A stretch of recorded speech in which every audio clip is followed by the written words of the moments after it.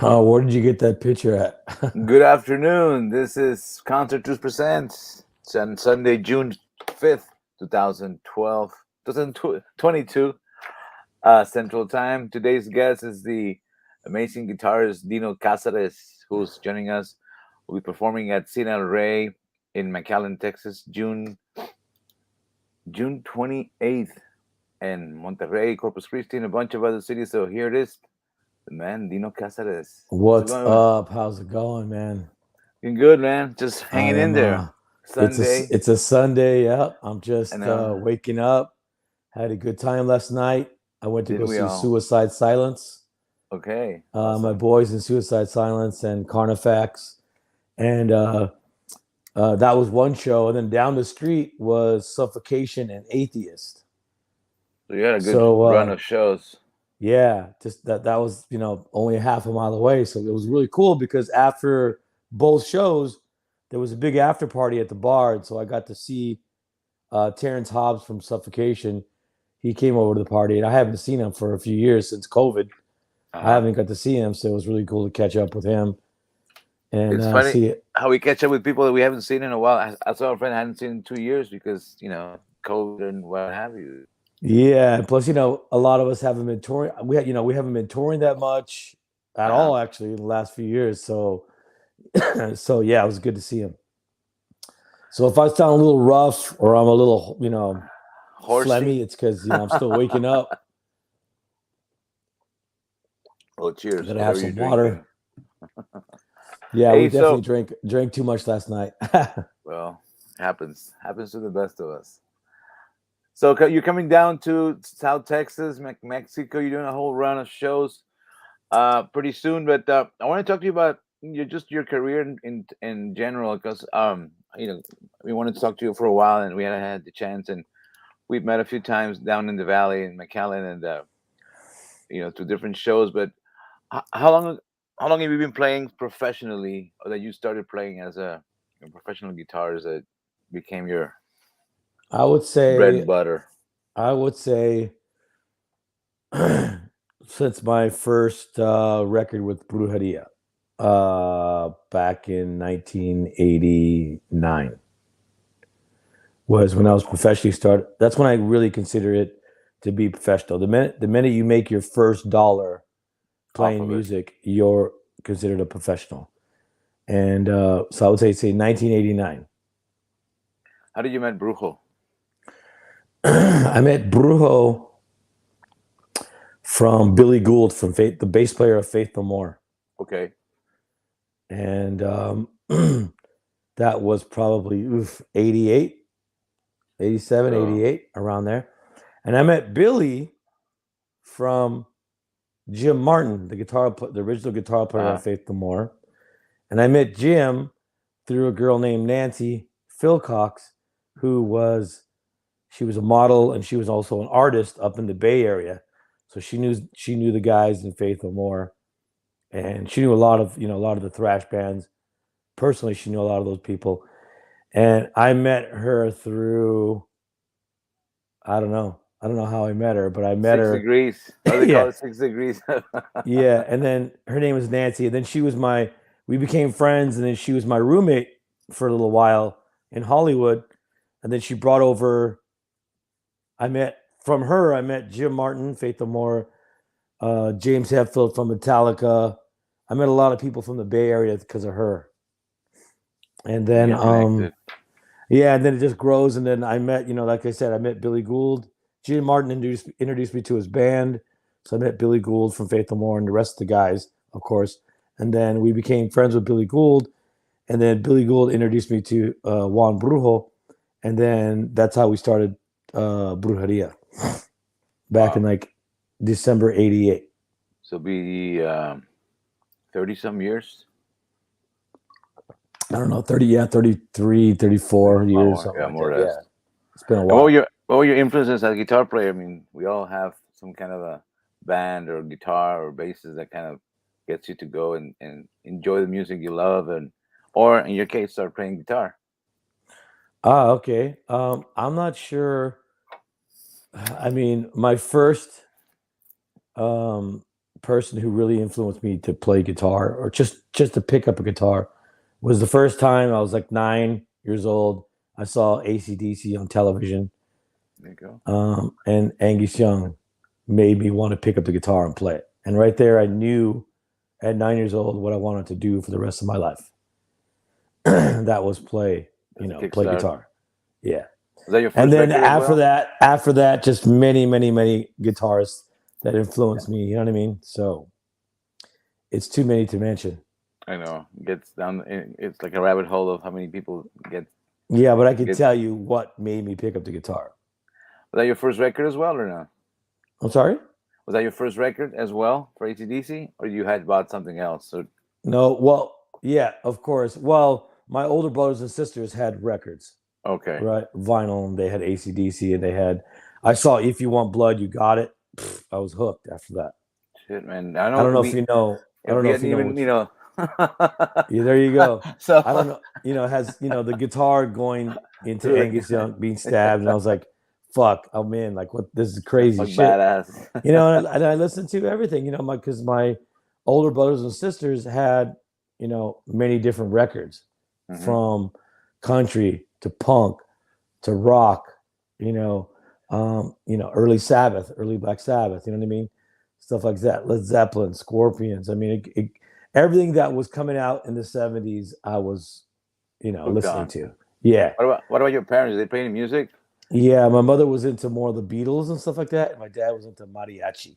So I listened to a lot of mariachi when I was a kid, because my dad would, played all the time. And there was an acoustic guitar that was like in the corner of the house, and I would always pick it up and try to play it because it was my dad's guitar, because he tried to play mariachi and stuff like that. But I would always pick it up and try. That's when I first used that guitar to try to learn AC/DC riffs. Kind of hard, no? No, what, AC/DC riffs? No, not that hard, but I mean, on an acoustic guitar. But it was a perfect band for me to learn from. You know what I mean? Yeah, the acoustic guitar was pretty hard for me. Yeah, it was kind of shitty, but eventually I got a better acoustic guitar, and it was cool. And then I tried to take lessons in high school, but they weren't teaching metal in high school. So, it wasn't part of the plan. No, but at least I learned how to tune properly, and I learned how to make chords properly and things like that. And then you've started the band with Brujo, and then became But I had bands before that, but we just didn't do anything professionally. You know what I mean? We just played in our bedrooms or garage, or played a backyard party. But I didn't do anything professionally up until, well, I take it back. Even before Brujeria, I had another band called the Douche Lords, and it was kind of funny. It was like a spoof of SOD meets the Mentors. So it was just it was like SOD thrash riffs, crossover thrash punk, mixed lyrically with like Mentors lyrics.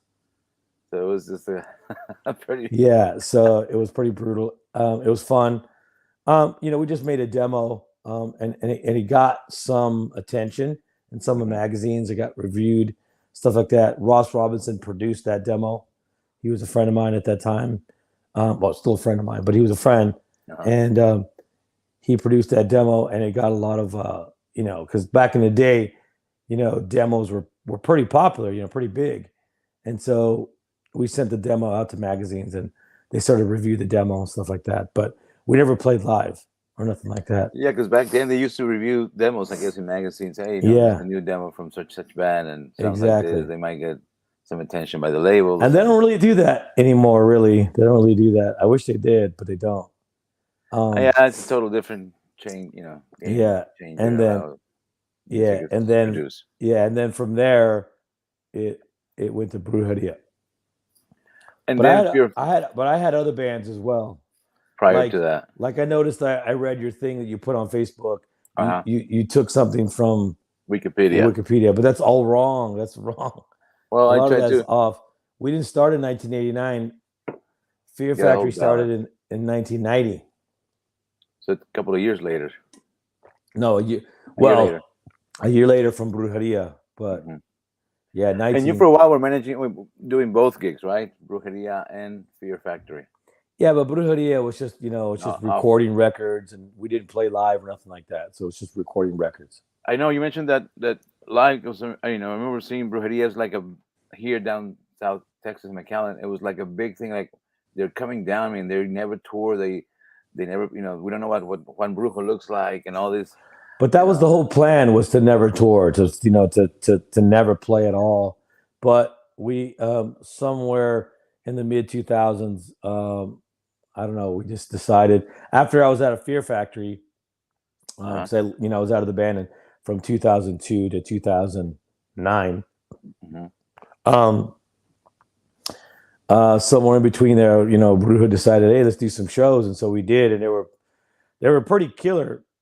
I mean, we were kind of big underground, you know what I mean? A lot of people, were into it, and that was a really cool show when we played McAllen. But it's not my first time playing McAllen, because I was there with Fear Factory before. Yeah, correct. Yeah, but I love McAllen. It's one of my favorite smaller towns to play. McAllen. I've played Brownsville. You know what I mean? You're doing Corpus as well, right? Corpus, yes. This whole trail of South. But I mean, I played those towns before. You know what I mean? Mm-hmm. Corpus, McAllen, and Brownsville. Yeah.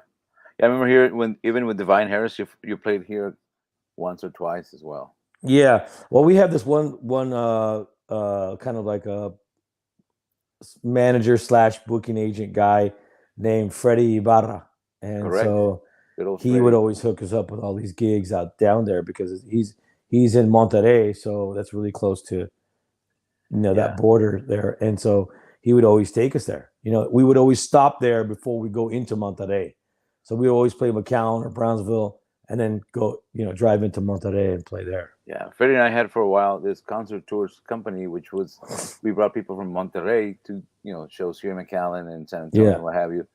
And then he started doing booking on his own and stuff like that, getting more other bands and doing this. But it was really cool because sometimes like my band Asesino or Brujeria or and Divine Heresy, sometimes it's cool to be in a smaller band because you could play little places that you don't get to play when you're in a bigger band. You know what I mean? Yeah, it's not a festival. Well, you can play, what I'm trying to explain is that when I'm in a smaller band, I could play smaller venues and smaller clubs in smaller towns. Yeah. That I wouldn't normally get to play with Fear Factory. You know what I mean? Mm-hmm. Fear Factory would probably never play Brownsville. You know what I mean? Yeah. Because it's such a small town. Yeah. Asesino, Divine Heresy, we could play Brownsville. Yeah, correct. A little more fun traveling and more ways you can find places that would hold you guys and have a good crowd of fans to show up. Yeah. But that place in McAllen, that was always a really good spot. What was it called? Cine Rey? Well, Cine Rey, that's where you're playing. It's no, not that one. No, the big place where we play with Fear Factory and Brujeria. Oh, that was the Villarreal. Villarreal, that's what it's called. Yeah. Villarreal, yeah. Those were packed. And now you're doing this run of shows celebrating 20 years, 20 años de Corridos de Muerte. Yes. You're doing Tijuana, Juárez, San Antonio, Corpus, McAllen, Monterrey, Torreón, León, Guadalajara, and Querétaro. So you're doing half and half. You're going through. Yeah, we're going in and out. In and out. Like that. Yeah. We just wanted to book a few shows just to celebrate the record. You know what I mean? And because it's been 20 years since that first Asesino record came out. And so, yeah. So I wanted to do something like that for it. And, just those places, that's it. We're not going to go anywhere else. Not anytime soon. Just to run the shows. Yeah. We've been working on new tracks as well. We've been working on new tracks for a long time. I keep getting sidetracked on doing other stuff. I've been touring a lot with Max and his family. Soulfly, doing the Soulfly run. I'm going to be doing the Cavalier Conspiracy coming up. As well. Yeah, South America, all through South America. We're going to be in 5 shows in Brazil, 4 or 5 shows in Mexico, Argentina, Peru, I think Chile, Colombia, and then we end in Brazil. So get ready for rabid fans because those That's gonna be a. I'm aware. I've been out there with every one of my bands: Asesino, Divine Heresy, Brujeria, Fear Factory. I've been out there all those times, and I know what it's like. They're crazy, and I love it. They're passionate, and they're really into the music. And so, yeah, so I love it, man. I love going out there because I don't know, man. It's a wholly different vibe than it is out here in America. You know what I mean? Totally different. Yeah. Yeah. And you guys get to hang out more, I guess, travel around the cities and, a little more relax and enjoy town or eat good food. And I'm sure you had, amazing kinds of different restaurants along the borders and into Mexico. And I can't wait to get to Brazil for all the churrascarias, which is like, yeah. yeah, I love that stuff. And of course, Mexico. I mean, how could you not want to eat tacos there? You know, You have a special taco, you special tacos de bistec with tortillas de harina. Come on, bro. That's it. And good salsa, no? Are you a cook or no? Not really. I mean, cook little stuff here and there, but nah. Never got to get down. I mean, of course, I can make carne asada, would chop it up and make some beans and eat it with tortillas. Of course, I could do that, but like a real cook, no. But the secret is the salsa. That's for sure. 100%. My sister makes great salsa, so. Más picante, más mejor, es mejor. Oh yeah, well she throws habaneros in there for me, and she throws jalapenos and a few other yellow chili peppers. She throws them all in there because I like this shit hot. And now you also have your endorsement from your guitars, which is called the Ormsby Guitars. Ormsby Guitars. Yes, they're based out of Perth, Australia, and I've been with them for the last 3.5 years. Prior to that, I was with Ibanez, but I ended up going to Ormsby Guitars because they make some amazing guitars. And did you travel to Australia to check it out, or were they sent just stuff to you, or they have a U.S.? Well, they were. I met them a few years back when they were at the NAMM convention, which is called the North American Merchant or Music Merchants or something like that. It's a big music convention, and they would always have a booth out here, and I would always check out the guitars, and I always loved their guitars.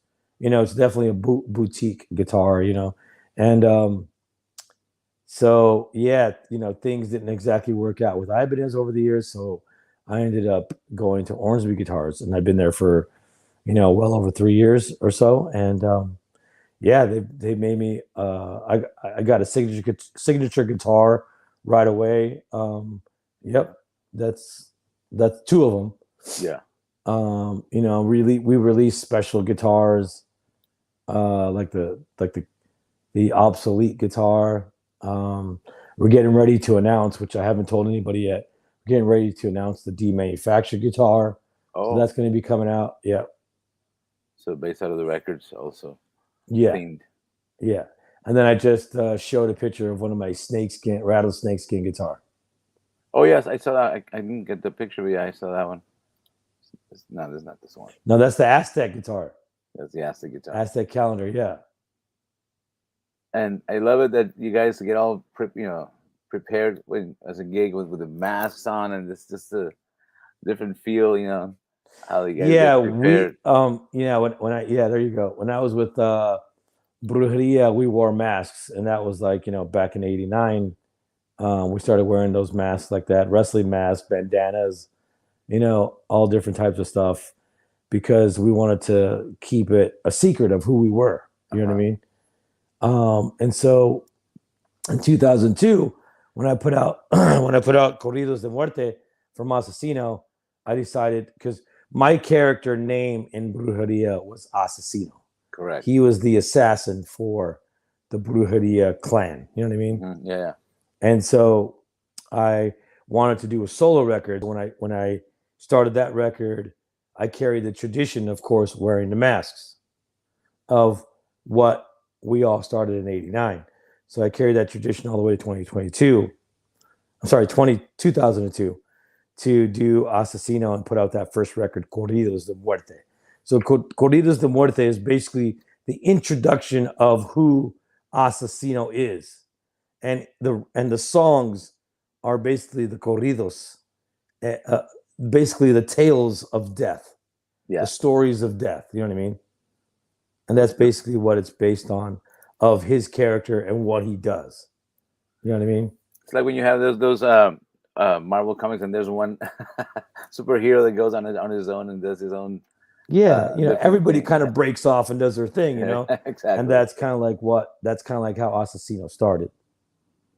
I Right. remember you mentioned Brujeria because of not touring and having that mystique. How that shirt was just even more popular than the because it was like the gear of the Brujeria or the cap for the longest time. It's like the Misfits shirt, and everybody had one, but for some reason there was like a underground item to have. Are you talking about the hat? The Yeah, Brujeria the hat. Yeah. Yeah. Well, those Brujeria hats, originally we made those at the swap meet. Because I don't know if you know what a swap meet is, like a little flea market swap meet. There was a guy there that did embroidery. Mm-hmm. So we always take him a blank black hat, and we just had him embroider Brujeria on the top of that. And that's just pretty much how it started. And it's just the standard old English lettering. You know what I mean? But that became such a iconic, just everything. Yeah, I mean anybody can make the hat. It was no big deal. You know what I mean? The logo the lettering wasn't exactly a font that you had to make. It was just you could pick the old English font. Boom, there you go, and make the hat. So people were making hats. You know what I mean? And people were buying hats. That we would make. We make them at the swap meet. You know what I mean? So. Which is totally different from the one from now in Fear Factory. All those designs that look like space travels or space, that requires much more detail than the the old English Brujeria hat. Yeah. Who was the artist that have done all your covers in Fear Factory? Been the same. We've had different artists. The first record, Souvenir Machine and Fears of My Killer, that was pretty much the record company in-house artist that did that. Mm-hmm. But once we started getting the demanufactured Obsolete, that was a guy named Dave McKeon, and Dave McKeon has done a lot of stuff. He was, I believe he did a few comic books. I think Scarecrow was one of the comic books he did. But the record company found him and introduced us to him, and he just did some iconic album covers. I mean, Demanufactured is an iconic album cover because that's like, with Soul of a New Machine, our first record, we were trying to get, Soul of a New Machine is basically like the birth of Fear Factory. Mm-hmm. So that's why we have the fetus kind of like being born through this mechanical type of thing in the background, right? I mean, it's just two photos put together. You know what I mean? We couldn't really get detailed. You know what I mean? And then, so when we did Demanufacture, we were trying to like, okay, now this baby has become an adult. Is now becoming, and like, let's get a real artist to do something really cool. And so Dave McKeon had submitted a bunch of different art, right? And we were like, nah. We were trying to explain to him the record, what it was about, kind of what we wanted to see, man, machine, blah, blah, blah. So he drew this one thing with like, rib cage with also a barcode that was a part of a rib cage. And we were like, oh my God, that's it right there. And so he just kept going with it, and it just came out amazing. Yeah. I love those covers. Obsolete as well. All those have that's my favorite Fear Factory albums, Obsolete. Which is Obsolete, yeah. Just love the everything on that record. That's the one that hooked me of liking the band. Yeah. So Obsolete was amazing too when he worked on the album cover, and it was we kind of still wanted to keep the human side element of it, right? But we were actually saying on that record that humans were becoming obsolete, right? Because machines were obviously taking over, and so also on the cover we kind of wanted more of an organic look, so that's why I had more of the brown instead of the Demanufacture had the cold blue steel purple in there and stuff like that. So that kind of had a different vibe when you look at it, and even the sound matched the cover and the cover matched the sound, right? So on Obsolete, we kind of wanted to be a little bit more organic. And so we made, that album has a little bit more of a human feel. It's more groovier. And so we kind of wanted the cover to match the music and to give it kind of more of or earthy tones, which are like a brown. Yes. And it came out killer. Yeah, great record. One of my my favorite, out of you guys. And how's Fear Factory doing? We're doing good. I'm working on a lot of new material. No announcement yet? What's that? No announcements yet? No announcement as far as the new singer, not yet. We will announce as soon as we have a track that's available to listen to. And like I said previously, we're not going to release anything until the tour starts. So that way we have something to tour on. Exactly. Coincide with everything. Again, these things are being planned out. And I think that's the best plan right now. There you go. But we do have, today is the 10-year anniversary of our Fear Factory record, The Industrialist.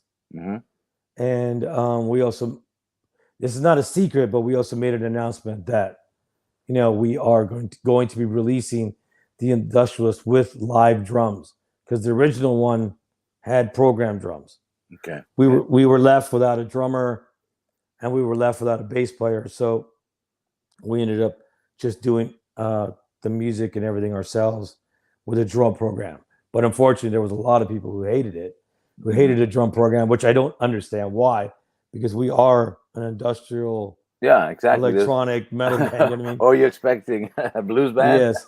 And other bands have done it, Meshuggah, and there's every band under the sun does it. And but for some reason, people didn't like it when we did it. I don't know why. We were just too honest. A lot of people, when they use drum programs, they don't tell you that they used it. Yeah. So no one questions it.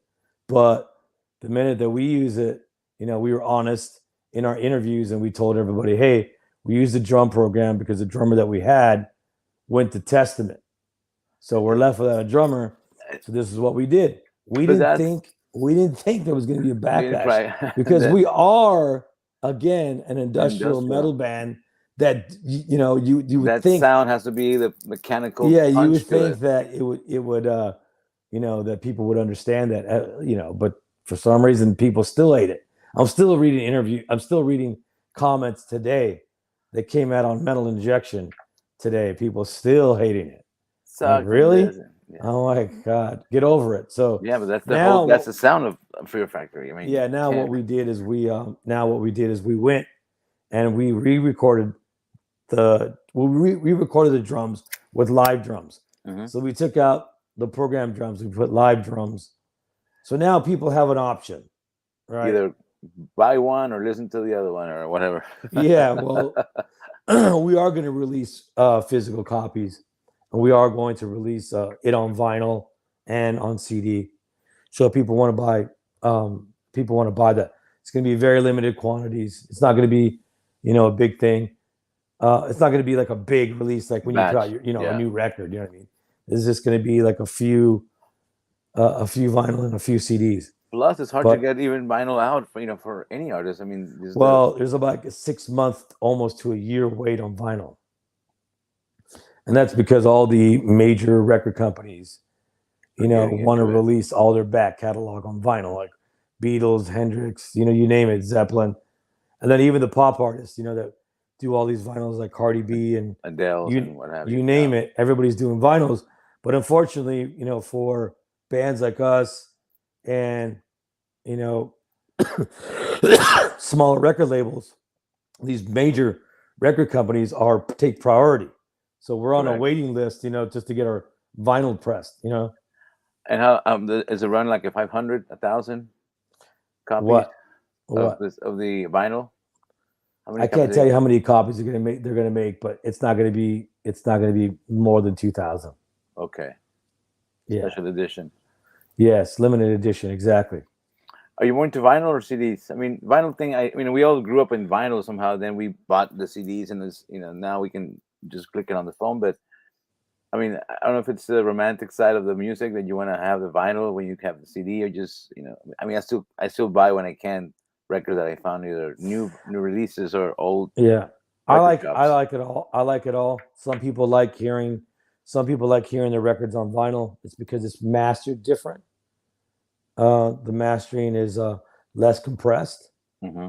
So when you actually print on vinyl, because it's less compressed, the You music get all the breathes more. grooves. The Yeah. music breathes more, right? And of course, the thicker the groove on the vinyl, more information can go in the groove, which is really cool. And you can hear more of the detail, right? Whereas digital is more compressed. People, of course, digital to some people is way better because Mm-hmm. you're not hearing because over time, obviously your It records, runs, yeah, it runs, cracks and you're gonna pops. hear all the, you know what I mean? And then so some people like digital. I like it all. Yeah, I mean, I the records. I mean, you can have it as a collection, or but it also, you have to have the right equipment to play the LP, so it sounds, has that quality of sound. If you just play it on an old record player, it's not going to be the same. So it's different options to do it. Yeah, some people like the tradition of having a turntable. I mean, turntables are mega popular these days, and people like that. So, and some people really invest money in some Oh yeah, good quality yeah. stuff. Yeah. And my engineer has a really good setup for vinyl and stuff. And so whenever we remaster something for vinyl, we'll get a test pressing and we'll listen to it. You know what I mean? And then you figured out how good it sounds. Yes, exactly. And a lot of times it fucking sounds detailed. Like the detail is amazing. Yeah, I love it. Yeah, you remember sitting down, just the kids just playing the record, and you could hear the ambience of the, either or the hi hat on, Still Loving You The on Led hi Zeppelin, the or hi-hat, the ride, a lot of this stuff sounds the really clear, really, really clear. And I've known some people who actually bought vinyl and then from vinyl put it on their CD Oh, okay. because it So the would be sound less is different. compressed, or make an MP3 out of the vinyl Hmm. because it sounds less compressed, and it's just You there's get, some difference there that people like. yeah, it's a different the groups, and now they put two songs on one side, or three songs, and then they split the album in two, and so I Yeah, guess you get the more yeah, detail on it. yeah. The industrialists will definitely have two vinyls, Two vinyls. and we released uh, demanufacture with Fears the Mind Killer on 4 vinyls. So Yeah. that's a full, yeah. The reason why they do less songs on each side is because so the grooves could be bigger.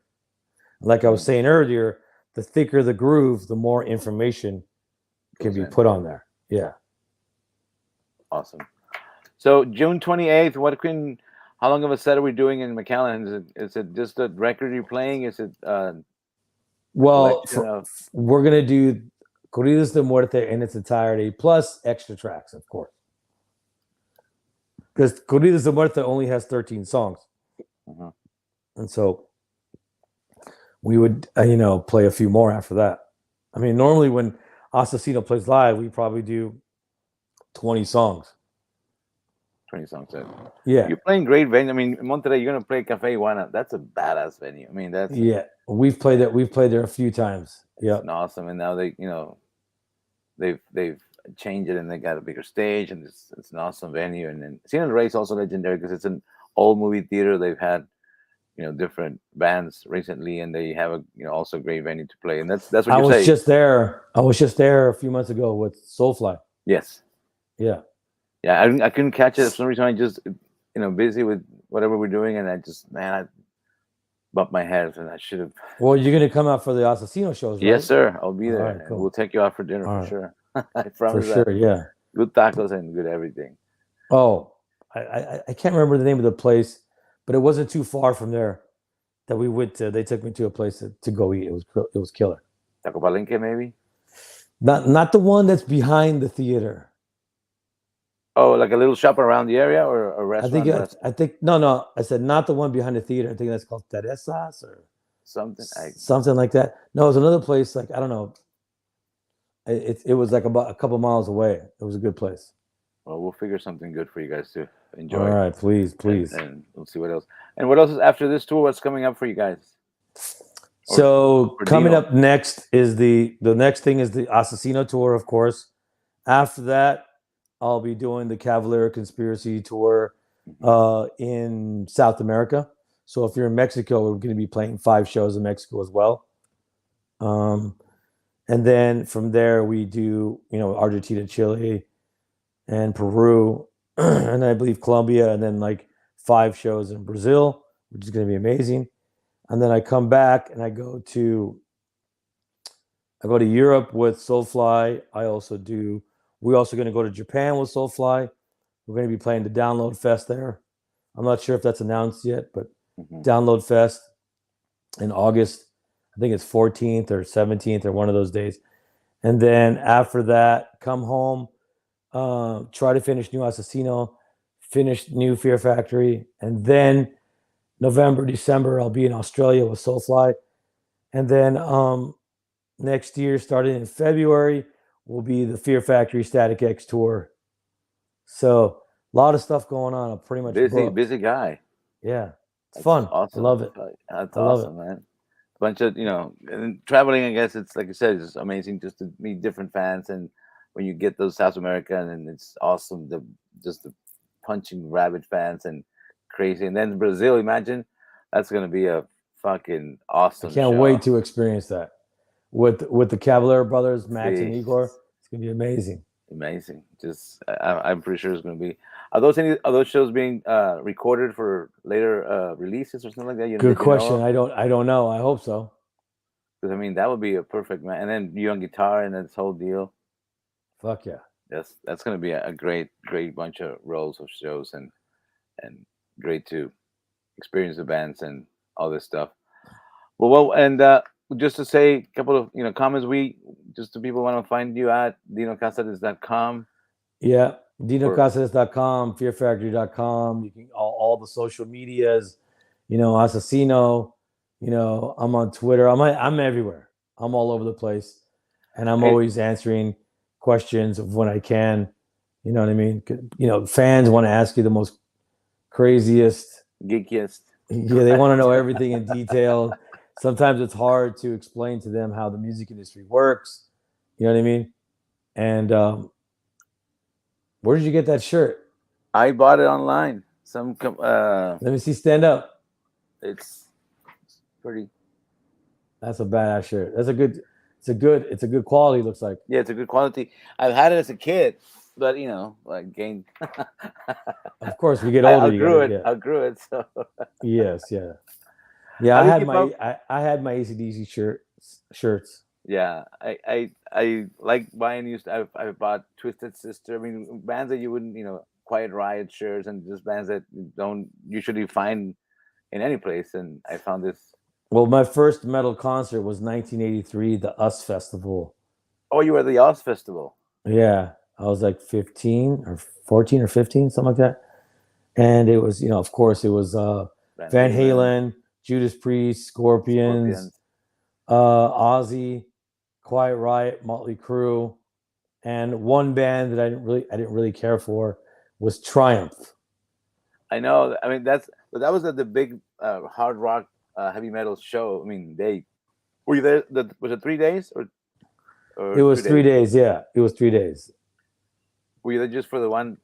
The heavy metals. Of course, that was it. That's it. No more. Yeah. Well, I kind of wanted to say, see U2 and some of those other bands, but I was just there for the metal day. That was it. The Clash would have been a good band to see.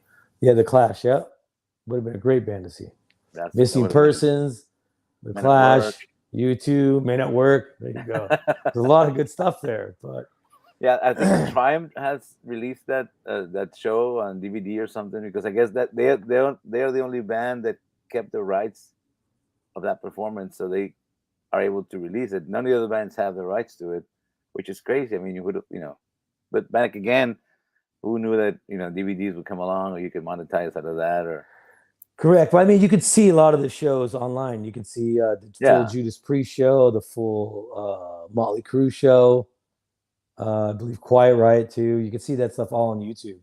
It's yeah, like the your whole disco show's there. shows. Yeah, yeah. But yeah, I don't know if I mentioned Scorpions were there too.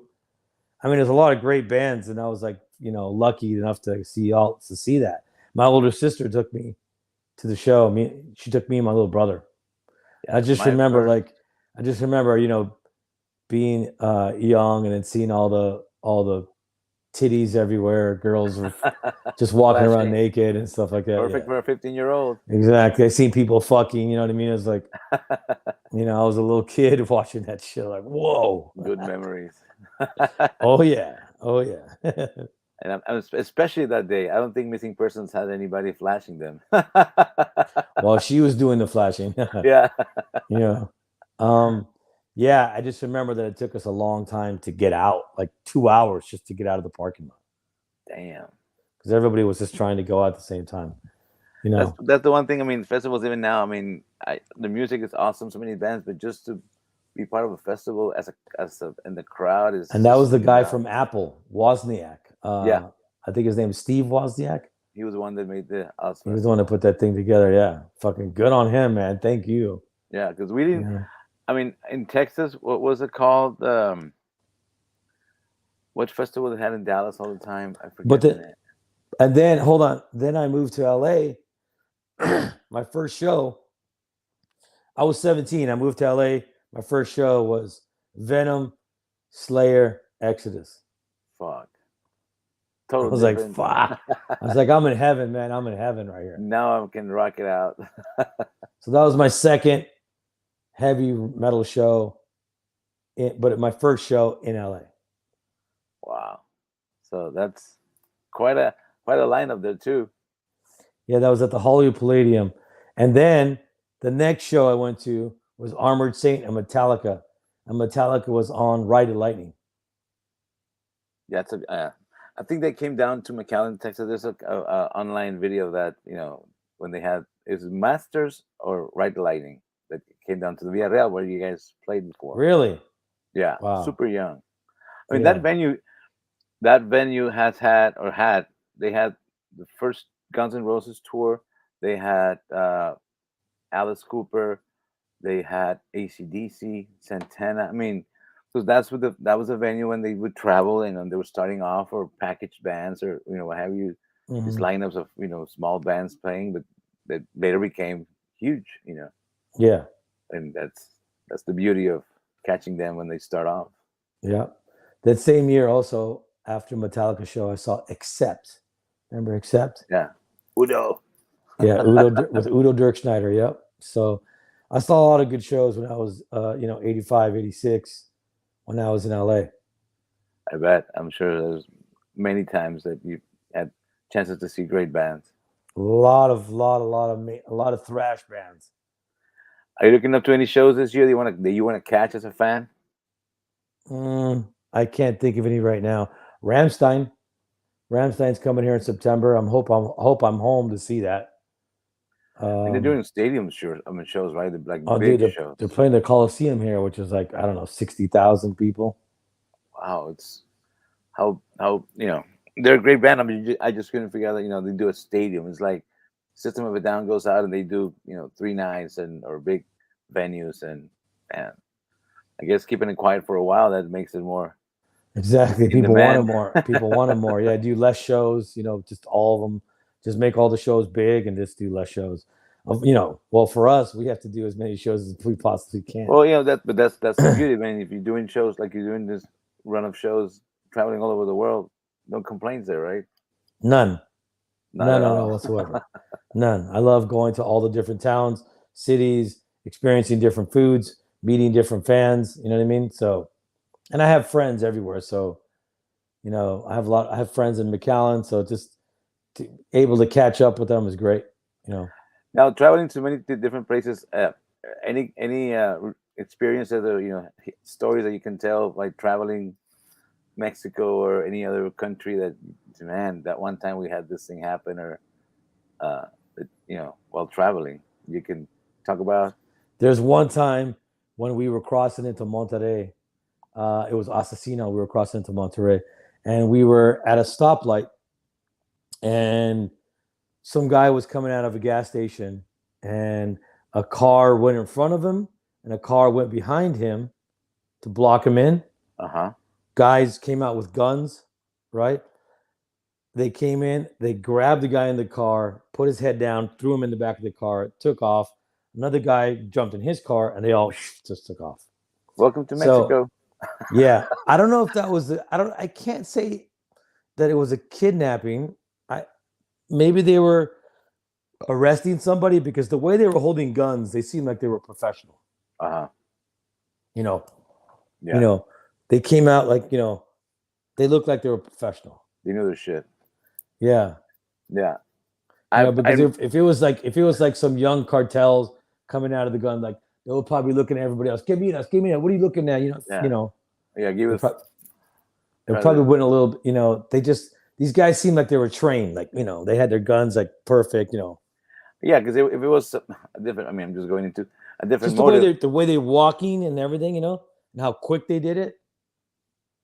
Yeah, if it was a different thing, that they could have just killed him and taken off. Because I could just see one of those younger guys, like, hey man, like this, walking around. Hey, nothing to see. Yeah, exactly. That's pretty crazy. Well, these guys, the guys that came out, they had like this, they had their heads down. You know what I mean? Professional shooters. Yeah, they looked like they were pro. Yeah. Either way, it was fucking scary. You know what I mean? Sure. I've seen that once in Monterey, but it was just when all this craziness started 15 years ago. That was more active. You're seeing guys with hoods and guns, policemen, but just all around town. Well, the policemen. Well, you know why the policemen wear masks, right? So they know who they are. Well, they don't want to be identified, because if they're identified, somebody from the cartel could go and kill them or their family. They'll figure out who he is. Who he is, yeah. Well, that's just any fun stories. Well, the fun stories I can't really mention.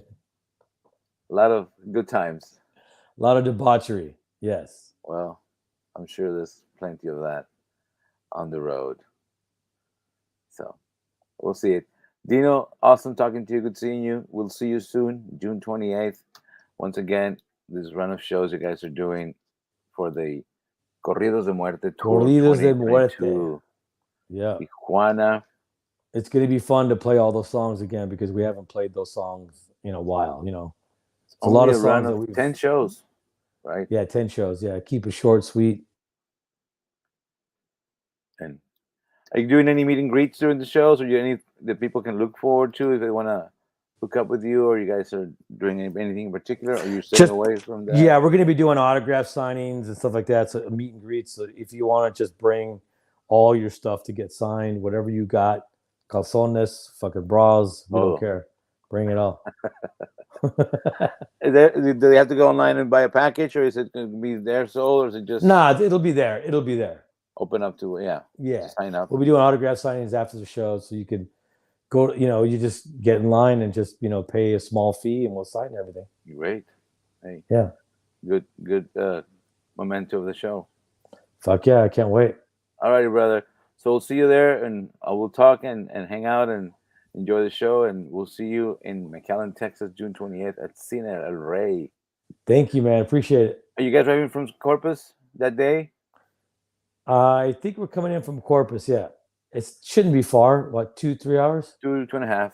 Yeah, it's nothing. It's Freddie coming over. I'm gonna call him. Yes, he better. He's supposed to. Motherfucker better. he's the tour manager. He better come. All right, Red. We'll see you then. All right, man. Have a good one. Evening. Thank you so much. much. Thank you. Bye-bye. Bye. That was Dino Cazares from Asesino, Fear Factory, and many other bands.